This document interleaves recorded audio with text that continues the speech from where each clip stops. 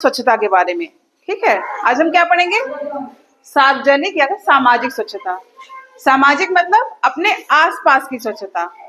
व्यक्तिगत स्वच्छता में तो हमारी अपने शरीर की स्वच्छता हो गई, लेकिन जो सामाजिक स्वच्छता होगी वो हमारे आसपास की, जैसे कि आपके घर की, आपके विद्यालय की, अस्पताल की, पार्क की, और जिस रोड से आप जाते हैं, जहां भी कहीं जाते हैं आप घूमने, तो उस रोड की जिम्मेदारी किसकी है? हमारी। अपनी है कि नहीं है? ये थोड़ी ना कहीं भी उठा के कचरा डाल दिया, प्रॉपर डस्टबिन में ही डाले कचरा।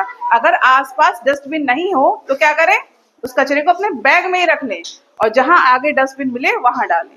ठीक। जो हैंड पंप होता है, हम लोग पानी पीते हैं, देखा होगा उसके आसपास कितना गंदा रहता है। रहता है कि नहीं रहता है? रहता है। तो उसकी भी सफाई करना हमारी जिम्मेदारी है। जैसे आपके विद्यालय में हैंड पंप लगा है बाहर, तो आसपास गंदा रहता है, तो उसे साफ करना किसकी जिम्मेदारी है? हम सबकी जिम्मेदारी है कि नहीं है? क्योंकि ये किसमें आता है? सार्वजनिक स्वच्छता में आता है ना? ठीक। अब हम कचरे की बात करते हैं। आपके घर से जो कचरा निकलता है, दो प्रकार का निकलता है। एक तो सूखा कचरा और एक गीला कचरा। सूखा कचरा क्या होता है? जो आप पैकेट खाते हो, है ना, वो किस में आता है? हमारा सूखा कचरा में आता है। और गीले कचरे में क्या आता है? सब्जी के छिलके, फल के छिलके, ये सब किस में आते हैं? गीले कचरे में। तो यानी कि दो तरह के डस्टबिन हो गए हमारा, एक सूखा कचरा वाला और एक गीला कचरा वाला। ये याद रखना है हमको कि जो नीले रंग का डस्टबिन होगा उसमें हम क्या डालेंगे? सूखा कचरा। ठीक है, नीले रंग का जो डस्टबिन होगा उसमें हम डालेंगे सूखा कचरा, और जो हरे रंग का होगा डस्टबिन उसमें क्या डालेंगे? गीला कचरा। अच्छा, हम एक और तरीका भी कर सकते हैं। क्या कर सकते हैं? हम अपने स्कूल के पास कहीं एक गड्ढा खोद लें कंपोजिट पीट बनाने के लिए, और उस गड्ढे में क्या कर दें? छोटे छोटे कंकड़ डाल दें, और जो भी कचरा निकले विद्यालय से वो उस गड्ढे में डाल दें और उसमें थोड़ा पानी डाल दें। ठीक है, तो क्या होगा?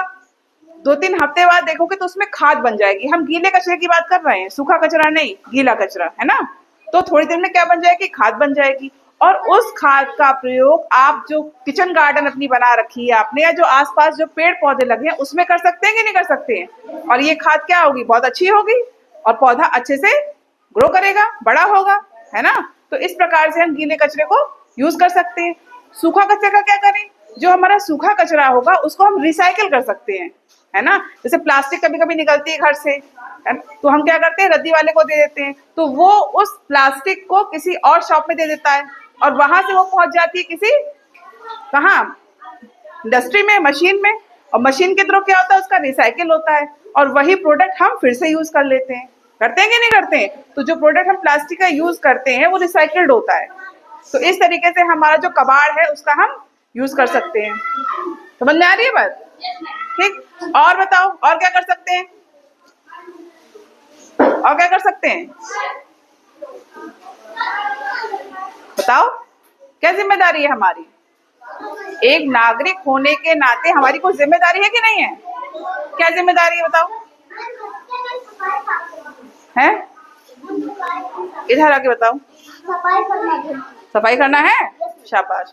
सफाई करना जिम्मेदारी है कि नहीं है? तो हमें क्या करनी चाहिए? सफाई करनी चाहिए। अपनी तो करनी है, साथ साथ अपने आसपास भी करनी है सफाई। तो ये किस में आ जाएगा हमारा? सामाजिक या सार्वजनिक स्वच्छता में आ जाएगा।